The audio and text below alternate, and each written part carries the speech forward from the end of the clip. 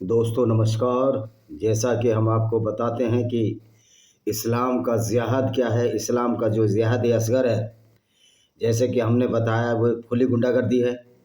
पहलगाम में जो लोग मारे गए जाति धर्म पूछ पूछ कर, वो भी खुली गुंडागर्दी है। और इस्लाम के मानने वालों का हिंदुओं की जाति से कोई लेना देना नहीं है, यहूदियों के जातियों से कोई लेना देना नहीं है। उनका सिर्फ एक लेना देना है, जो झूठे अल्लाह को, लुटेरे पैगंबर को और झूठी कुरान को ना माने, जो कि एक फ्रॉड किताब है, वो गैर मुस्लिम है। और खच्चर वाले जो पहलगाम में कह रहा था आप कुरान नहीं क्यों नहीं पढ़ते, मूर्खों खच्चर चलाने वालों, तुम्हारी ये औकात नहीं कि कुरान की सच्चाई को जान सको। कुरान एक गुंडागर्दी है, कुरान का अल्लाह एक झूठा अल्लाह है, इसलिए कुरान को पढ़ना बेकार है। कुरान एक वाहियात किताब है जो लोगों में नफरत फैलाती है। कुरान का अल्लाह एक बेवकूफ़ अल्लाह है जो ये दावा करता है कि यह दुनिया मैंने बनाई है, जबकि दुनिया गोल है। और कुरान का अल्लाह कहता है दुनिया मैंने चादर की तरह फैलाई है। तो इस तरह की बेवकूफ़ी अल्लाह और कुरान के नाम पर जो कुरान में लिखी है, तो इससे साबित होता है कि अल्लाह के नाम की कोई चीज़ नहीं।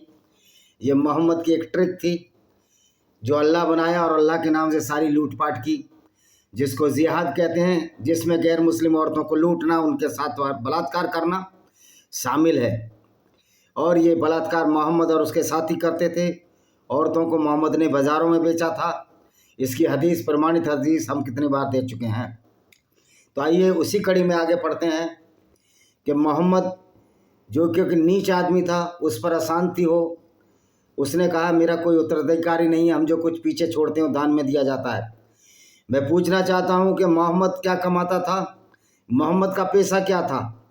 वो तो एक पेशेवर लुटेरा था, यानी लूट कर दान देता था। किसको देता था? मुसलमानों को दान देता था।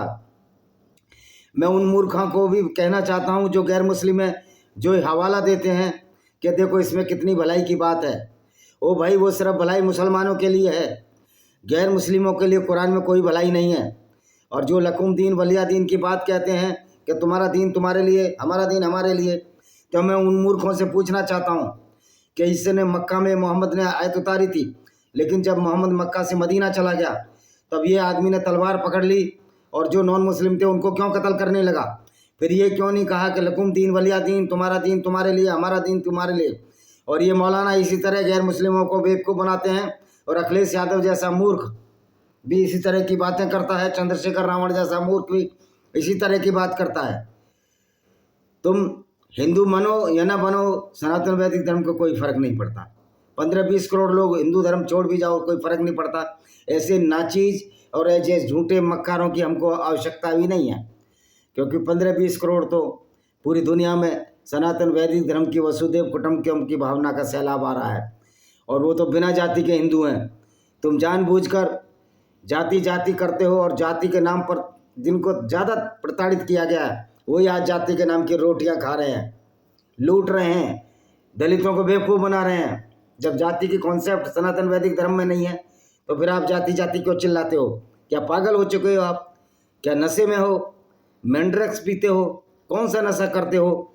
ये वामन मेश्राम जैसे लोग बिना पढ़े लिखे, कौटिल्य की मनुस्मृति पढ़ी नहीं, उसमें कहाँ लिखा है कि सूत्र अलग से होता है या सूत्र अलग है? इतना झूठ बोला गया है। तो ये है सही मुस्लिम की पुस्तक संख्या 19, संख्या 4351 क्या कहती है। उसमें पूरी गुंडागर्दी जो इस्लाम की है इनकी हदीसों में खुला है। मैं आयशा को धन्यवाद देना चाहता हूँ कि इस औरत ने मोहम्मद की पोल खोल कर रख दी, क्योंकि मोहम्मद से वही सबसे ज़्यादा नफरत करती थी, क्योंकि उसी की वजह से मोहम्मद 18 साल की उम्र में आयशा को वैधव्य का सामना करना पड़ा, और 9 साल की उम्र में उसके साथ जो गलत हुआ वो बेचारी क्या कहती, अरबियों की कुप्रथा से दबी हुई, वो बोल नहीं पाई। ऐसा मूर्ख बाप जो इस्लाम का खलीफा बना पहला अबू बिन बकर, ऐसा मूर्ख बाप जो 54-55 साल के बाप को 9 साल की लड़की दे दी। और लोग तर्क करते हैं कि अरब में लड़कियां जवान हो जाती थीं। सीता जी की उम्र की बात करते हैं तो सीता जी ने तो स्वयंवर किया था। स्वयंवर का मतलब होता है जब लड़की बड़ी हो जाती है स्वयं अपना वर चुनती है, तो सीता जी में तो इतनी समझ रही होगी। और इस तो उन मूर्खों को मैं कहना चाहता हूँ कि अबू बिन अबू बकर ने तो अपनी लड़की को एक ऐसे आदमी के जंजाल में झोंक दिया जो 9 साल आयशा के साथ रहा, 18 साल की हुई और ये कुड़क हो गया, फुड़क गया। हालांकि उनके कुकर्मों का लेखा जोखा आयशा ने खोला और बहुत सारी हदीसों में साबित हुआ कि उससे नाचीज और गिरा हुआ कोई व्यक्ति नहीं था। तो आसिम मुनीर की भी कोई गलती नहीं है, ये भी तलवार के डर से सलवार पहनकर हिंदू से मुस्लिम बना है और ये जलंधर के रहने वाले इसके फोरफादर थे। तो ये जितने भी मौलाना हैं इस्लामिक चलते फिरते राक्षस हैं, चाहे तारिक मस्जिद हो चाहे तारिक जमील हो, क्योंकि ये उसी राक्षसी विचारधारा का प्रचार करते हैं। और इसी तरह अरशद मदनी, महमूद मदनी भी सबसे बड़े इस्लामिक गुंडे हैं। कोई भी जो इस्लाम का राष्ट्राध्यक्ष है वो सबसे बड़ा गुंडा है उस देश का, चाहे वो कोई भी हो, XYZ हो। इसलिए मोहम्मद बिन सलमान इस चीज़ को समझ रहे हैं, सऊदी के राजकुमार, और वो इस्लाम की जड़ें खोदने में लगे हुए हैं। ये अच्छी बात है। आज भारत सरकार से मैं अनुरोध करना चाहता हूँ, जो इस्लाम छोड़ते हैं उनको भी मारने का ऑर्डर है, मुर्तिद बोलते हैं उनको। तो भारत सरकार ऐसे एक्स मुस्लिमों के लिए क्या कर रही है, इस पर भी ध्यान देना चाहिए। मैं कहता हूँ 56 इंच का सीना ना हो, आदमी का 24 इंच का ही सीना हो। काम महान होने चाहिए। हिटलर, नेपोलियन 5 फुट 3 इंच से ज़्यादा दोनों लंबे नहीं थे। हिटलर तो गुंडा बदमाश था, लेकिन नेपोलियन ने पूरी दुनिया जीती। सिकंदर महान की भी हाइट बहुत कम थी। तो ये कहना कि 56 इंच का सीना है, उससे कोई फर्क नहीं पड़ता। आपका 56 इंच का सीना है तो आप इस्लामी गुंडागर्दी से इनको बचाओ। मोदी जी बजाय इसके इनको बचाने के, आप उनको ईदी दे रहे हो। इस नाम पर वो पसमानदा मुस्लिम है। मुसलमान होता है ना, वो पसमानदा होता है ना असमानदा होता है। तो इस तरह की जो मूर्खता मोदी जी ने जो पैदा की, इसको हमारे हिंदू भाइयों को समझना होगा। मोदी जी, ऐसी आपकी क्या गलतियां हैं, ऐसी आपकी क्या कमियां हैं जो इनके तुम टट्टे चाटते हो? क्यों चाटते हो? हिम्मत से जियो। जैसे कि मैंने कल इंग्लिश का वीडियो डाला था, एक हावी, क्या था नाम उसका,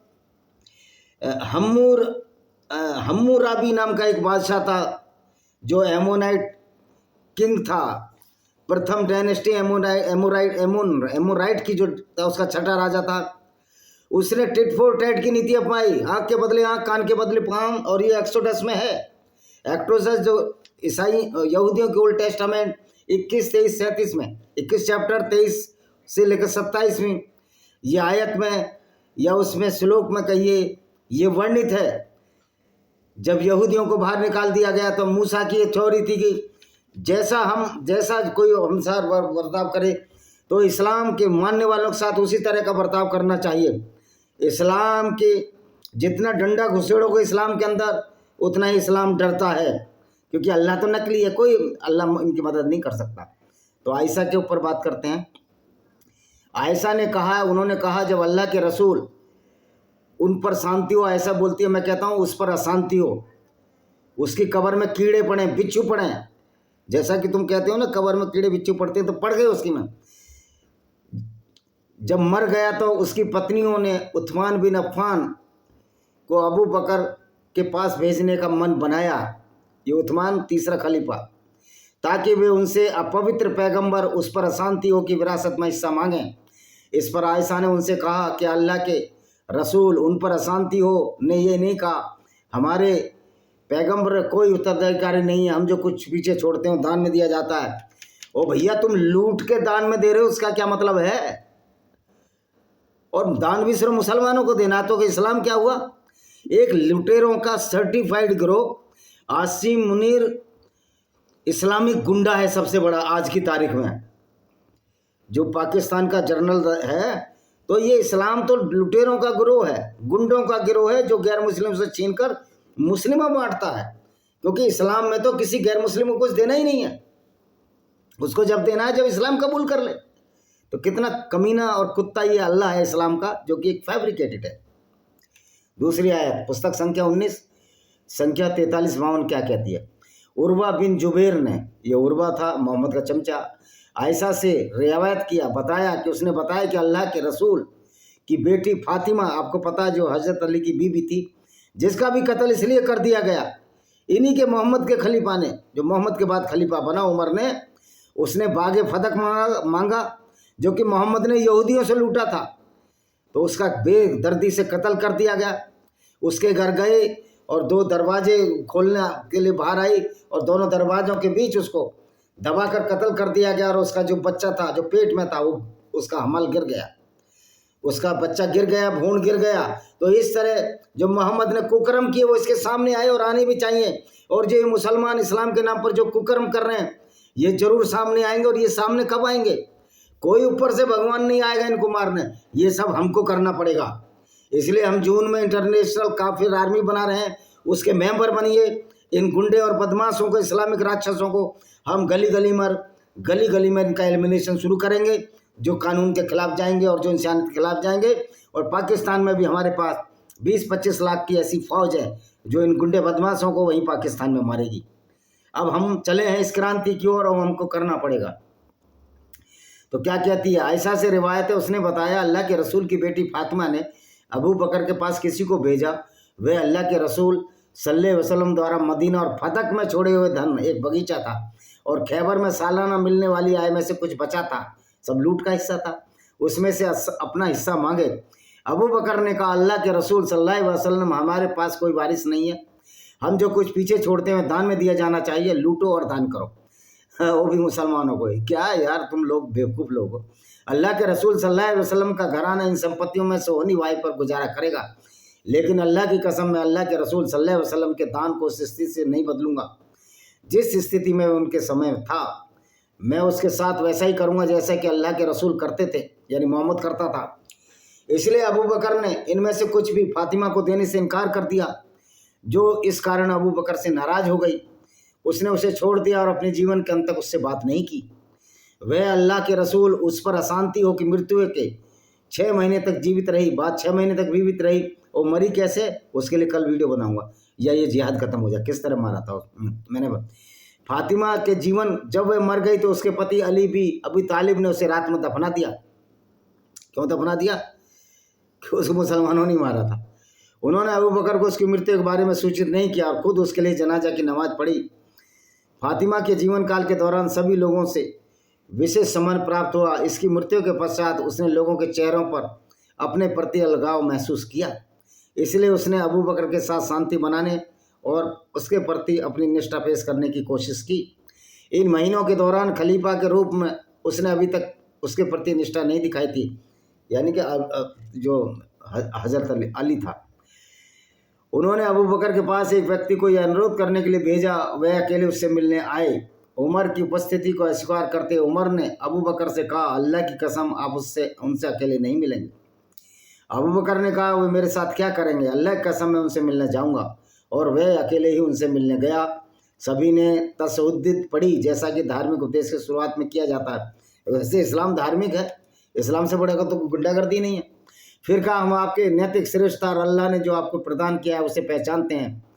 हम उस प्रकार यानी खलीफा से ईर्ष्या नहीं करते हैं जो अल्लाह ने आपको प्रदान किया, लेकिन आपने खलीफा का पद ग्रहण कर लिया, अकेले हमसे सलाह बिना किया है। और हमने सोचा कि अल्लाह के रसूल उस पर अशांति हो के साथ हमारी रिश्तेदारी कारण हम सलाह लेने का अधिकार है। वह अबू बकर से इसी तरह बात करता रहा जब तक कि उनकी आंखों में आंसू नहीं बहने लगे। ये साले लूटते थे, औरतों को कत्ल भी करते थे, लेकिन आंसू भी बहाते थे। आंसू हिंदुओं के लिए थोड़ी बहाएंगे, यहूदियों के लिए थोड़ी बहाएंगे, ये आपस में बहाते थे, बस भावुक हो जाते थे और भावुकता में कत्ल भी करते थे, क्योंकि इस्लाम भावुकता का ही नाम है।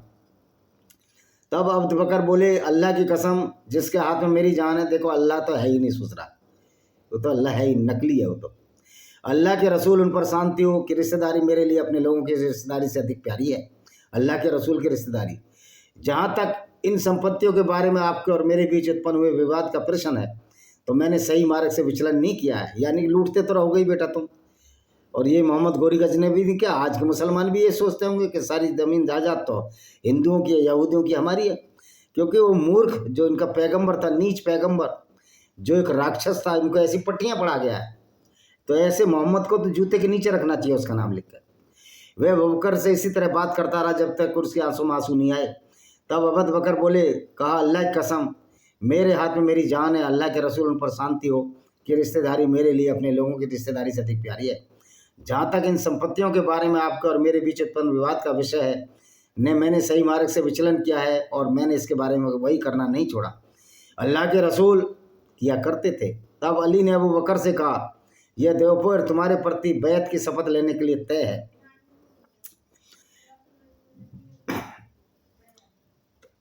अतः जब अबू बकर ने अपनी जुहर की नमाज पूरी कर ली, 5 नमाज होती हैं आपको पता है, असर की, फजर की, जुहर की, ईसा की, मगरिब की, तो वह मिंबर पर चढ़े। जुहर दोपहर की नमाज होती है। तशद्दुद पड़ा और अली की स्थिति बैत की शपथ लेने में उनकी देरी और इस देरी के द्वारा उनके द्वारा प्रस्तुत कहानी का वर्णन किया। इसके बाद उन्होंने अल्लाह से क्षमा मांगी। यहाँ अल्लाह का ईश्वर कर दिया इन मौलानाओं ने। अबे अल्लाह और ईश्वर में बड़ा फर्क है। अल्लाह तो क्रूर, अत्याचारी और झूठा है, जो ऐसा पैगंबर दिया जो बलात्कार करता था।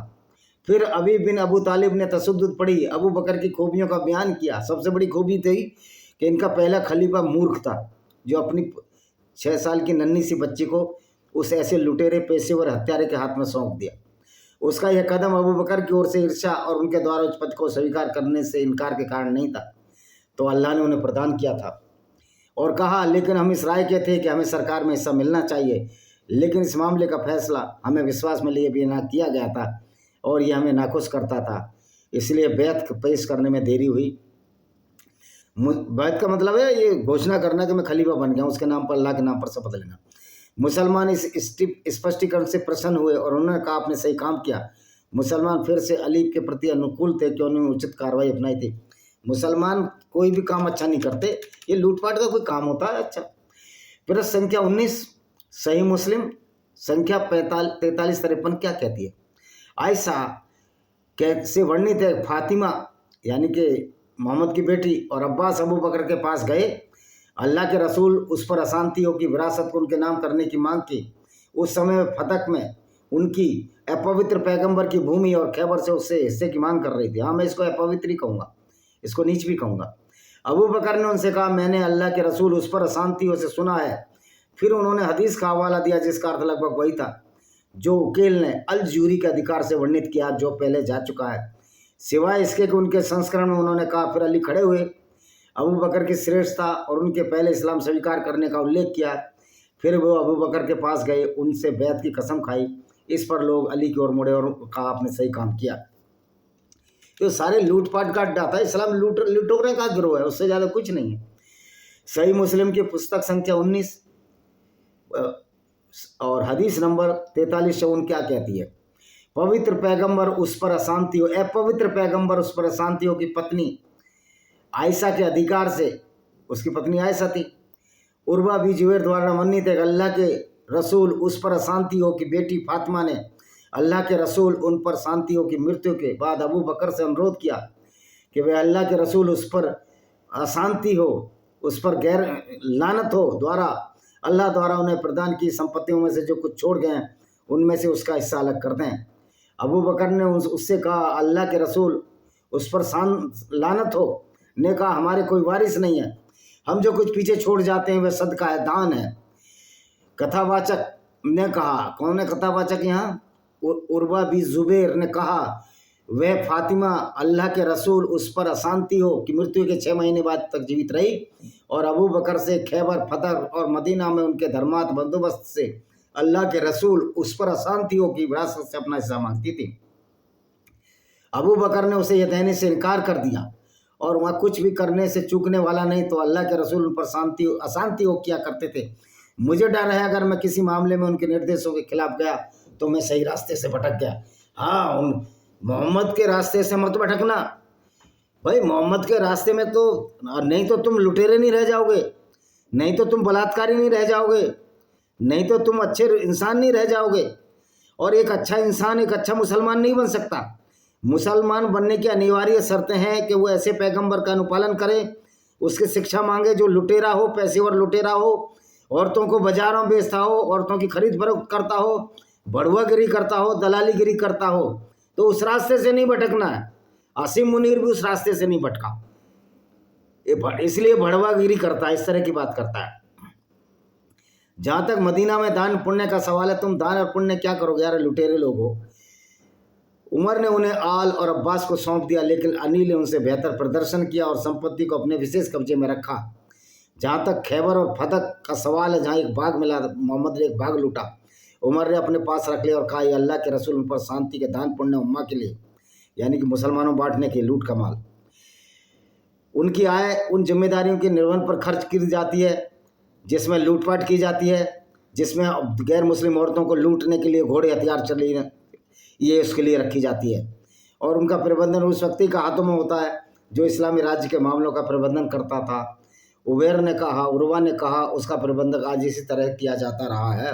बेटा अब लूट नहीं मिलती तुमको, और तुम्हारी औकात नहीं मुसलमानों की जो लूट लो, तो अल्लाह भी और नबी दोनों तुम्हारे पिछवाड़े में डाल दिए जाएंगे। पुस्तक संख्या 19, संख्या 4355, ये सही मुस्लिम है, ऑथेंटिकेट हदीस है। इसी के आधार पर इस्लाम चलता है। जो ये कहते हैं कि हम हदीस को नहीं मानते, उन मूर्ख मुसलमानों से मैं पूछना चाहता हूँ, आप हदीस को नहीं मानते तो कुरान में नमाज और रोजे का जिक्र किधर है ही नहीं, ईद का भी जिक्र नहीं है। तो कि बिना हदीस तो कुरान लंगड़ी लूली है, क्योंकि मोहम्मद में बुद्धि कम थी, कम बुद्धि का आदमी था। उसको ये नहीं पता था कि यूट्यूब आ जाएगी, क्रांति आ जाएगी, इस्लाम की जड़ हिल जाएंगी, पोल खुल जाएगी कि मोहम्मद एक लुटेरा था। और मजे की बात है, पोल भी इनकी किताबें खोल रहे हैं, कोई हम अलग से तो नहीं बता रहे ना। 4355 क्या कहती है? अबू हुरैरा से वर्णित है कि अल्लाह के रसूल सल्लल्लाहु अलैहि वसल्लम नाचीज ने फरमाया, मेरी बारिश मेरी बरसात में एक दिनार भी साझा नहीं कर सकते। मैं अपनी पत्नियों को गुजारा बत्ता और अपने प्रबंध को परमसिक देने के बाद जो कुछ छोड़ता हूँ दान में जाता। ये मोहम्मद ऐसा था, इतना लालची था पैसे का, लोगों को बेवकूफ़ बनाता था। 20% हिस्सा इसको चाहिए। ये इनकी किताबों में है, ये इनकी उसमें सूरह अल बकरा में 5वां हिस्सा मेरे को चाहिए। सूरह अल बकरा में या सूरह तौबा में होगी 5, ये गारंटेड है, मैंने पढ़ी है, मैंने वीडियो भी बनाया। पुस्तक संख्या 19 सही मुस्लिम, संख्या 4356 भी इसी तरह की बात बताती है कि लूट के माल को छोड़ देना चाहिए सारे मुसलमानों में बांटने के लिए। ये अबू जिनाद द्वारा बताई। इसी तरह पुस्तक 19 संख्या 4357 भी यही बताती है, जिसमें अबू हुरैरा बताते हैं अल्लाह के रसूल ने फरमाया, हमारा कोई वारिस नहीं, हम जो कुछ छोड़ जाते हैं वो दान है। भाई वारिस नहीं है तो 20% क्यों रखता था? 10-11 बीवियों का कैसे खर्चा चलाता था? लूट से चलाता था। 11 बीवियां क्यों करी? इतने वारिस क्यों बनाए? ना करता शादी। एक आदर्श उदाहरण दयानंद सरस्वती की तरह देता कि मेरा तो कोई वारिस भी नहीं और मैं किसी से ज़्यादा काम वासना की पूर्ति भी नहीं करता हूँ। लेकिन मोहम्मद तो वो आदमी था जो औरतों को भी लूटता था अपनी काम वासना की पूर्ति के लिए, और इसको ये पैगंबर मानते हैं। तो आसिम मुनीर जो पाकिस्तान का जर्नल है, उसके दिमाग का खोखलापन, दिवालियापन इसलिए है कि वो इस्लाम को मानता है और इस्लाम की विचारधारा एक व्यक्ति को इतना पागल, वैसी और दरिंदा बना देती है जितना कि आसिम मुनीर है। लेकिन अब उसकी लेटरिन निकल जाएगी कुछ दिनों में, देखते रहना, क्योंकि अल्लाह तो बचाने मोहम्मद को भी नहीं आया था। जब मोहम्मद के दांत टूट गए तो आसिम मुनीर को अल्लाह कैसे बचाएगा? लेकिन ये इतने बेशरम है, इनको कितना भी समझ में नहीं आती कि मूर्खों की कौम है। इस कौम के एलिमिनेशन की बहुत ज़रूरत है। विचारधारा को ख़त्म कर सकते हैं आप तर्क से, लेकिन जो मूर्ख हैं उनको तो शस्त्र से इनको एलिमिनेट करना पड़ेगा, नहीं तो ये आपको कुरान की आयतों को पढ़ आपको कत्ल करते रहेंगे। तो क्या हमने ठेका ले रखा है मरने का? ये सोचना चाहिए गैर मुस्लिमों को। यहूदियों से कुछ सीखो। 120-25 करोड़ हिंदू पूरे वर्ल्ड वाइड, 1,60,00,000 यहूदियों ने इस्लामिक राक्षसों की बोलती बंद कर दी है। इनकी टट्टी पेशाब सारे छिड़ा दिए और अल्लाह बचाने नहीं आएगा, क्योंकि अल्लाह तो मोहम्मद के दांत टूट के जब नहीं बचाने आया तो ये क्या बचाने आएगा अल्लाह? पुस्तक संख्या 19 संख्या 4359 क्या कहती है? इसी रिवायत को अब्दुल्ला ने भी वर्णन किया है, जिसमें लूट शब्द का उल्लेख नहीं है, लेकिन और जगह लूट का उल्लेख है। तो आशा है कि ये वीडियो आपको पसंद आएगा।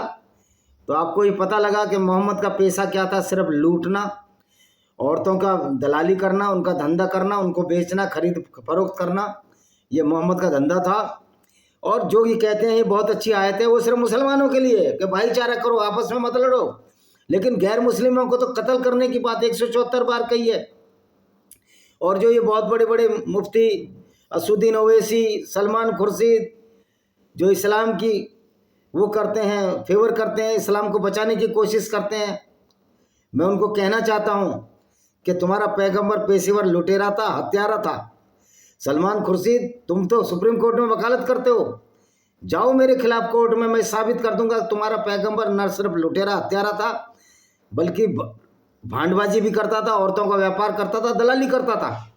तो मोहम्मद का स्थान तो हर कहाँ होना चाहिए आप खुद समझ सकते हो। विदेशों में मोहम्मद का नाम जूतों के नीचे लिखवाते हैं। ऐसा कोई ब्रांड निकला है वो मैं ब्रांड भी खरीदूंगा। और अल्लाह तो क्यों फैब्रिकेटेड है, अल्लाह है ही नहीं। अल्लाह का नाम नीचे लिखने से कुछ नहीं होगा। इसलिए मुसलमान को चिढ़ अल्लाह से नहीं है, उसको मोहम्मद का नाम लेने से उसको चिढ़ है। और ये चिढ़, ये उनका फ्रस्ट्रेशन हमें बड़ा अच्छा लगता है, क्योंकि जितने ज़्यादा फ्रस्ट्रेटेड होंगे इस्लाम की फ़ौज, उतनी ज़्यादा गलतियां करेंगे, उतनी ज़्यादा मार खाएंगे। ये संयुक्त राष्ट्र संघ की रिपोर्ट है कि सबसे ज़्यादा मुसलमान ही गैर मुस्लिमों के हाथों मारे जाते हैं। इनका यहाँ बुरखा सब सादरे में 30 हिंदू मरे और 168 लोग ये मरे। इसी तरह जहाँ भी इनकी मार कुटाई हुई, इवन के जो डायरेक्ट एक्शन था जिन्ना का, उसमें कलकत्ते में हिंदुओं ने जितने मुसलमान मारे।